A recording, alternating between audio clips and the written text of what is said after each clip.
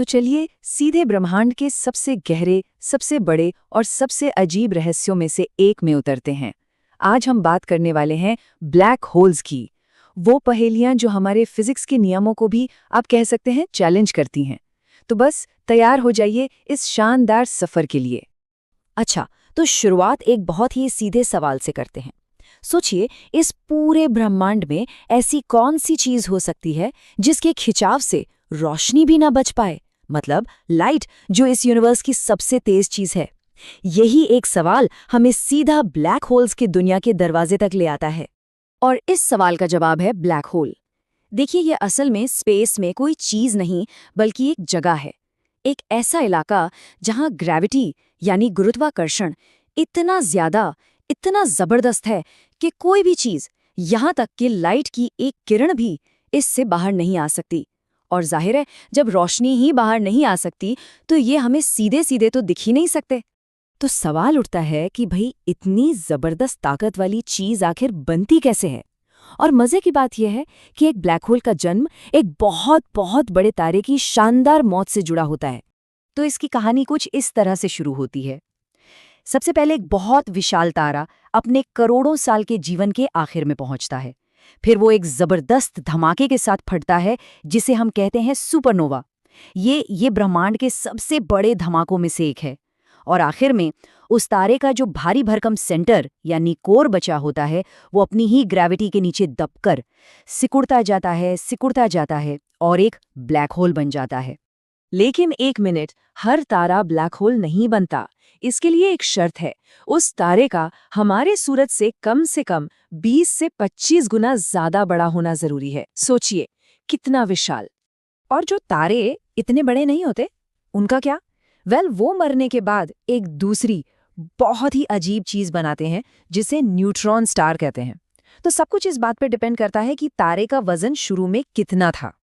ठीक है, तो अब हम ये तो समझ गए कि ये बनते कैसे हैं। तो चलिए अब जरा एक ब्लैक होल के अंदर झांकते हैं और इसके जो मेन पार्ट्स हैं उनको समझते हैं। सबसे बाहरी और सबसे फेमस हिस्सा है इवेंट होराइजन। इसे ब्लैक होल की बाउंड्री या कह लीजिए एक लक्ष्मण रेखा की तरह समझिए।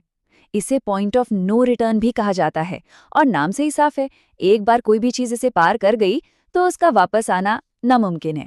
खेल खत्म। ब्लैक होल के एकदम दिल में, बिल्कुल सेंटर में होती है सिंगुलैरिटी। ये वो रहस्यमयी पॉइंट है जहां सारा का सारा मैटर एक ऐसी डेंसिटी तक सिकुड़ जाता है जिसकी हम कल्पना भी नहीं कर सकते। यहाँ फिजिक्स के हमारे सारे जाने पहचाने नियम और कानून काम करना बंद कर देते हैं। ये आज भी साइंस की सबसे बड़ी पहेलियों में से एक है। और फिर आता है अक्रीशन डिस्क।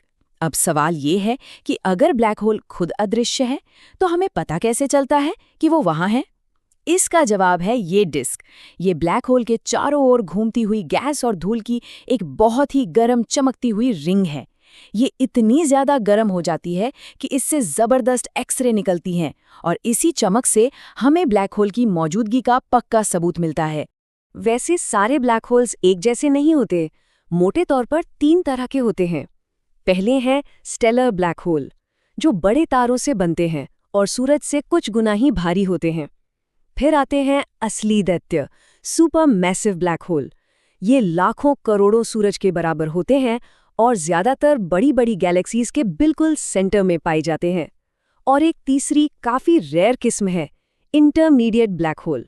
और ये कोई दूर की कहानी नहीं है। हमारी अपनी गैलेक्सी मिल्की वे के दिल में भी एक सुपर मैसिव ब्लैक होल बैठा है। इसका नाम है सैजिटेरियस ए स्टार। जी हाँ, हमारे अपने घर के बीचों बीच। चलिए अब जरा ब्लैक होल से जुड़ी कुछ सबसे आम गलतफहमियों को दूर करते हैं और कुछ ऐसे सच जानते हैं जो दिमाग घुमा देंगे। तो सबसे बड़ा मिथ, सबसे आम गलतफहमी जो सुनने को मिलती है, क्या ब्लैक होल स्पेस में एक वैक्यूम क्लीनर की तरह है जो अपने रास्ते में आने वाली हर चीज को अंधाधुंध निगल लेता है? इसका सीधा और साफ जवाब है एक बड़ा सा नहीं, बिल्कुल भी नहीं।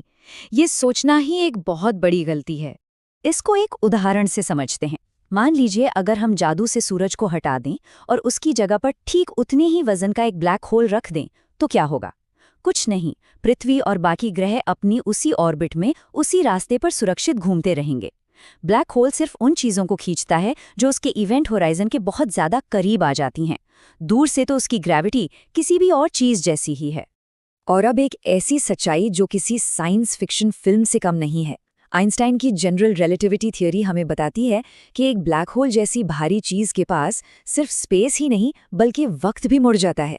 जी हाँ, ब्लैक होल के पास पहुंचने पर समय की रफ्तार धीमी हो जाती है।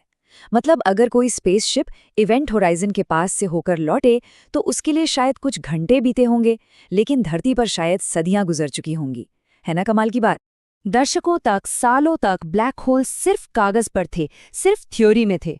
लेकिन हाल ही में हम इंसानों ने कुछ ऐसा कर दिखाया जो पहले नामुमकिन लगता था। देखिए, 2019 से पहले तक हम ब्लैक होल्स को सिर्फ उनके आसपास के माहौल पर होने वाले असर से ही पहचानते थे। लेकिन 2019 में इवेंट होराइजन टेलीस्कोप ने इतिहास रच दिया।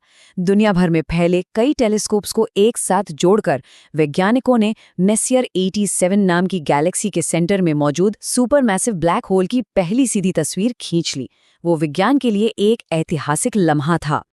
अच्छा, कुछ और मजेदार बातें जानते हैं। ब्लैक होल में गिरने वाली किसी भी चीज का क्या होता है? उसके साथ स्पेगेटिफिकेशन होता है।